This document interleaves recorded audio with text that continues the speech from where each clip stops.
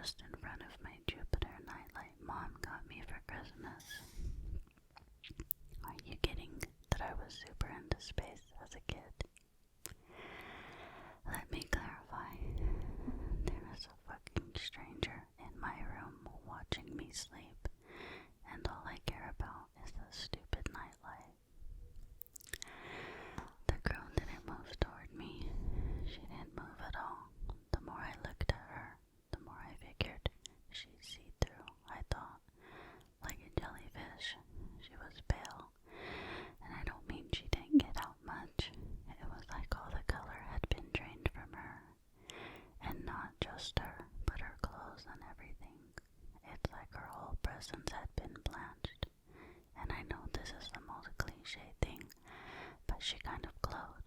But that's not quite the right word.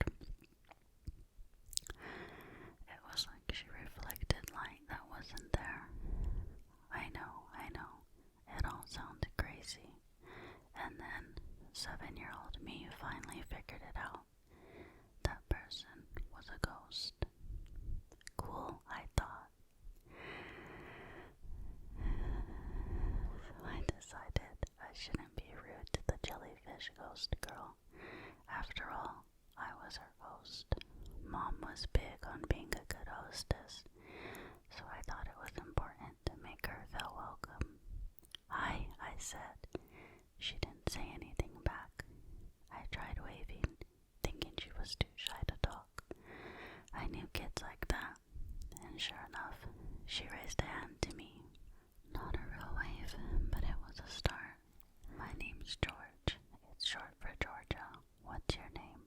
The ghost girl remained silent. Her white arm still raised to me. Maybe you can talk, I said, hopping down from my bed. Can you write it?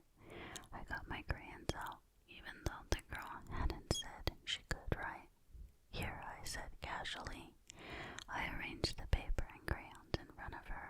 Her head might have tilted slightly, but otherwise she didn't move. I'll show you. I took a crayon, green, my favorite, and wrote George in big lowercase letters. C G E O R G E. That's me. I tried holding out a crayon to her. I chose khaki since I never used it. I even tried dropping it into her ghostly hand. It just fell through.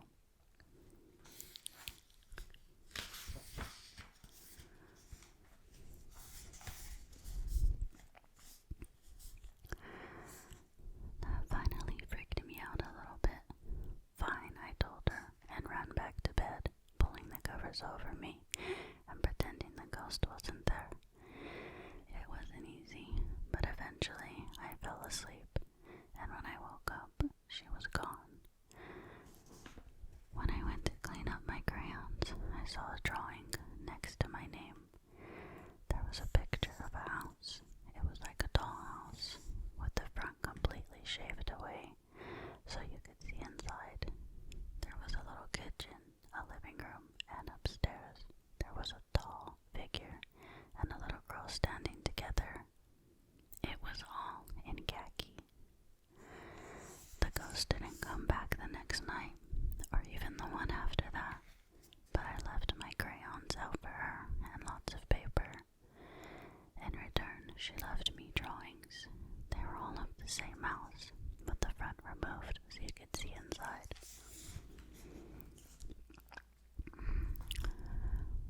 One showed me eating breakfast in the kitchen. Another showed my mom and dad walking outside with briefcases, leaving for work, and me riding on a yellow school bus outside. She was in them too, a colorless outline of a featureless person, sometimes hovering above me as I ate cereal, or watching us leaving through a window. It should have been terrifying seeing drawings of me going about my life as an invisible girl followed me, but it wasn't. It made me feel special.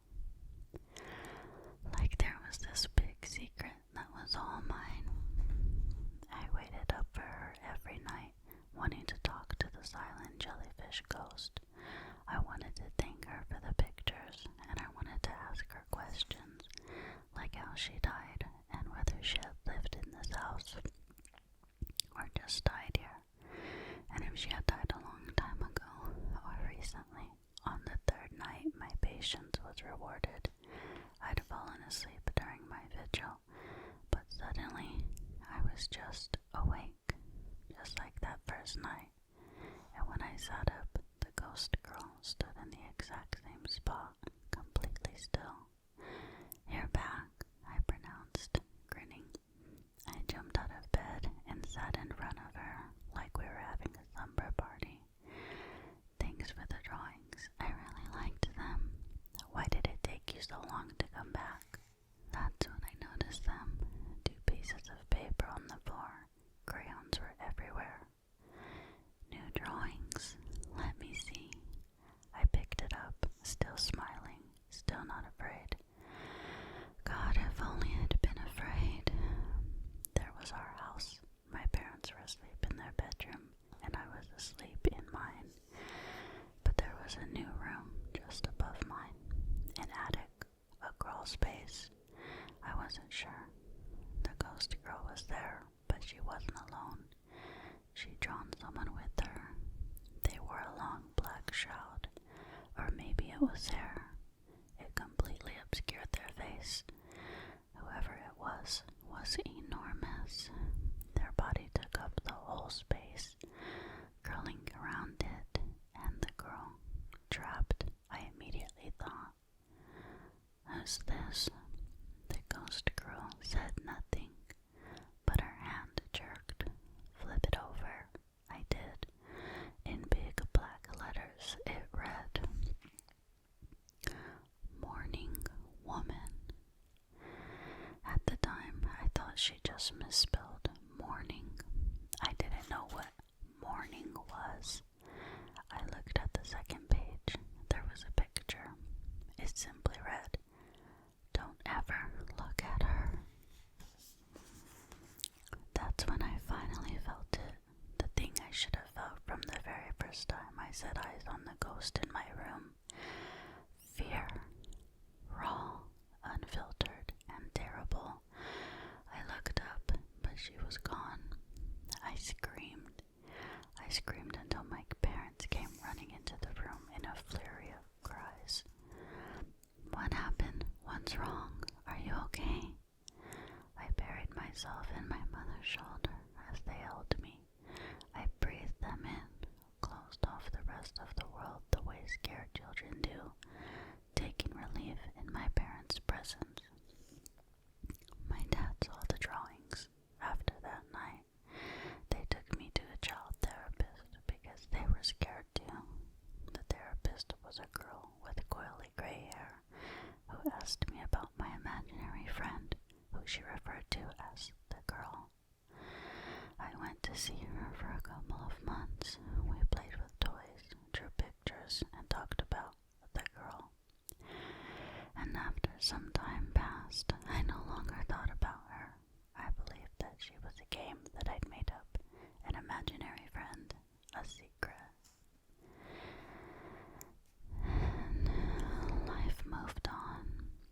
10 years of life to be precise, and I'd very nearly forgotten about the ghost and the morning woman. It was the summer after high school graduation and the summer before my first semester of college. It was one of those in-between times where you're neither one thing or the other. I was in a cocoon, no longer a caterpillar, but not yet a butterfly. I was excited. My family was expanding into something new. I had dreams of physics and mathematics, and the biggest dream of all, NASA, space, stars. I'd put myself on the right track. Good grades, good college, good outlook. Everything just seemed so good. But I was enjoying the summertime freedom. Tests were done, applications were finished and accepted. Now came the waiting. I spent the hot summer days wandering through the town with my friends.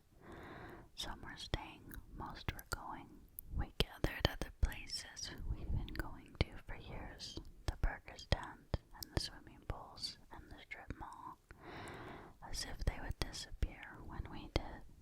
At night, we slept at each other's houses where we talked about our plans for the future. But one night, I was just at home, reading a book, listening to music, and generally enjoying my own company. I don't know why it all happened that night. I can't tell you why there had been such a gap between the first time and the last time. I don't know. All I know is that as I was reading, I became aware of something strange. A sound, barely audible. I turned down the music, straining to hear it. Crying. Someone was crying. My first thought was that it was Mom or Dad, but they weren't at home. I remembered they'd gone to the movies. I declined to go for no real reason other than wanting to be alone. I shivered. The air was suddenly cold. I told myself I was just scared because I was. The hairs on my neck and arms stood up. I had always thought that was just something people said, but it was true. My hackles were up like a nervous cat. The crying was coming from my closet. The voice of common sense commanded me to just leave, just go downstairs, go outside, go to Sam's house or Lydia's or Jackie's, call Mom and Dad, call the cops, do anything but stay in this room. I didn't listen. I pushed fear and common sense aside. I tiptoed to the closet, took a deep breath, and threw open the doors to find nothing. Not nothing. Shoes and shirts and dresses, but nothing else. So why was the crying louder? In that moment, it all came back. The girl, the drawings, and his warning. Like the memory had been asleep and was suddenly just awake. Hello, I called, pushing my clothes this way and that, searching for the pale girl, but I couldn't find her. I can't hear you. I hear you, but I can't see you. I felt a desperation to find the source of the crying that I didn't really understand. I thought that I could help, I guess, so I listened. Very carefully, I listened. The crying was coming from somewhere above me. I pulled down my clothes, a shelf piled with shoes and forgotten articles of clothing. Anything else between me and the crying. In the corner of the ceiling of my closet, there was a depression. It was an access panel hidden behind the shelves and clothes in my closet. I stood up and pushed at it, grunting with effort. I strained against the wood. Just when I thought maybe it was sealed, painted over too many times, or nailed shut, it creaked one last time before giving way. Using my phone as a flashlight, I looked up, but could only see dusty rafters. I had to stand on top of a box of winter sweaters to reach the opening. But after a few tries, I pulled myself inside the crawl space. The sobbing was very loud now. Hello, I called, scanning the secret room with my phone. There were piles of things. Most of them were crumbling from age, and it was impossible to tell what they might have once been. That dusty piece of fabric could have once been a coat or a tapestry or a tablecloth. Now it was mostly dust. There were cobwebs everywhere. I pushed myself past them and all the junk, searching for the ghost. The crawl space was bigger than I thought it could be. How could this be in my house without anyone knowing? I remember the drawings of the girl following me and my parents around, always floating above us. Did this space extend throughout the entire house? The space was low, forcing me to crawl through on my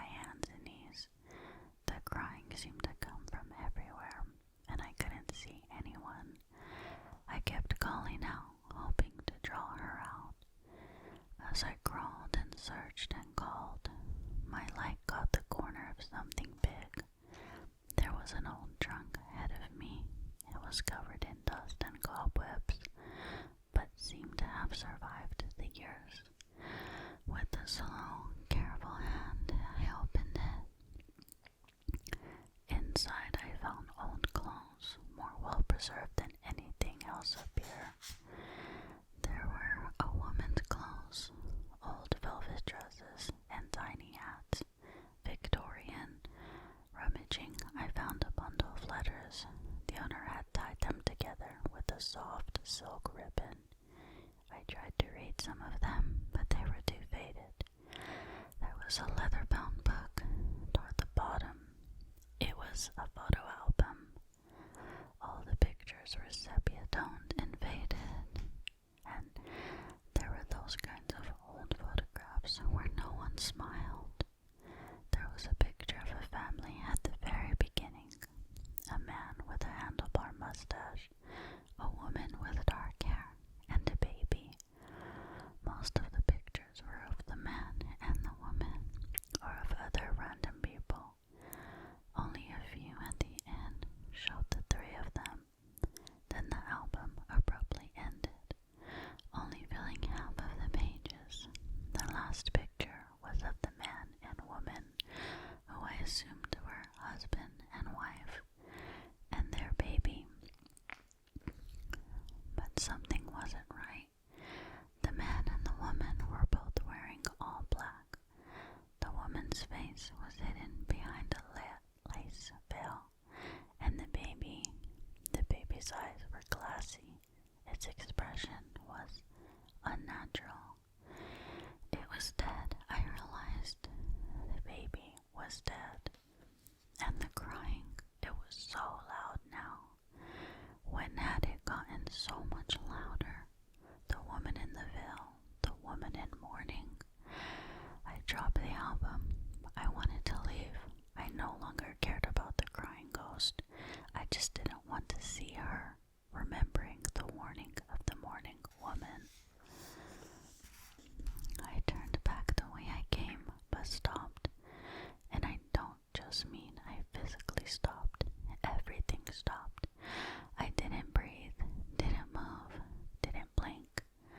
I think even my heart faltered in fear. Up ahead, framed by the light pouring in from my bedroom, where absolutely no one had been before, was someone. They were crouched on the floor, facing away from me. They rocked back and forth rhythmically. It wasn't the ghost. Instead of the jellyfish glow I remembered, this creature glowed with darkness. It's almost impossible to explain. The form was so dark, so much blacker than the shadows of the crawl space. It was blacker than the deepest trenches of the ocean, blacker than the starkest stretch of space. I didn't want to go near it. I didn't care if that was the only way out. I wasn't going near that thing. I turned around to crawl as quickly as I could in the other direction. The crying so close, it was ear-splitting. I stopped. Impossible was all I could think. The creature was still ahead of me. Somehow, it was closer. Don't look at the mourning woman. I closed my eyes, blocking her out, afraid I'd already damned myself, but I hadn't seen her face. Not yet. With my eyes shut, I crawled backwards toward where I remembered the entrance being. My world became the dusty wood beneath me, and the shrill cries echoing all around me. The crying made my teeth ache, made my head split, but I just kept moving, fighting past the fear and past the crying. Just get out, I told myself. Get out, get out, get out. The floor was gone.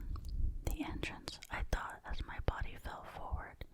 At the last minute, I remembered to cover my head. I clattered to my closet floor amidst the shoes and clothes I'd thrown there to get up to the crawl space. I immediately hurt, but nothing seemed to be broken. The crying had stopped. Tentatively, I opened my eyes and saw only my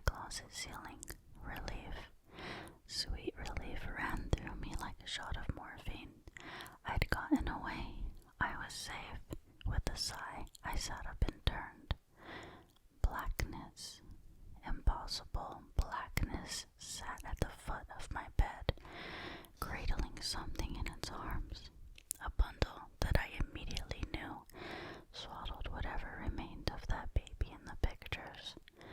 And swimming in the blackness was a veil, and behind the veil were eyes, horrible eyes, lifeless and glassy, but somehow staring right at me.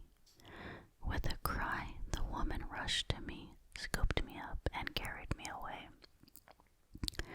I felt the world drop away, and there was only her.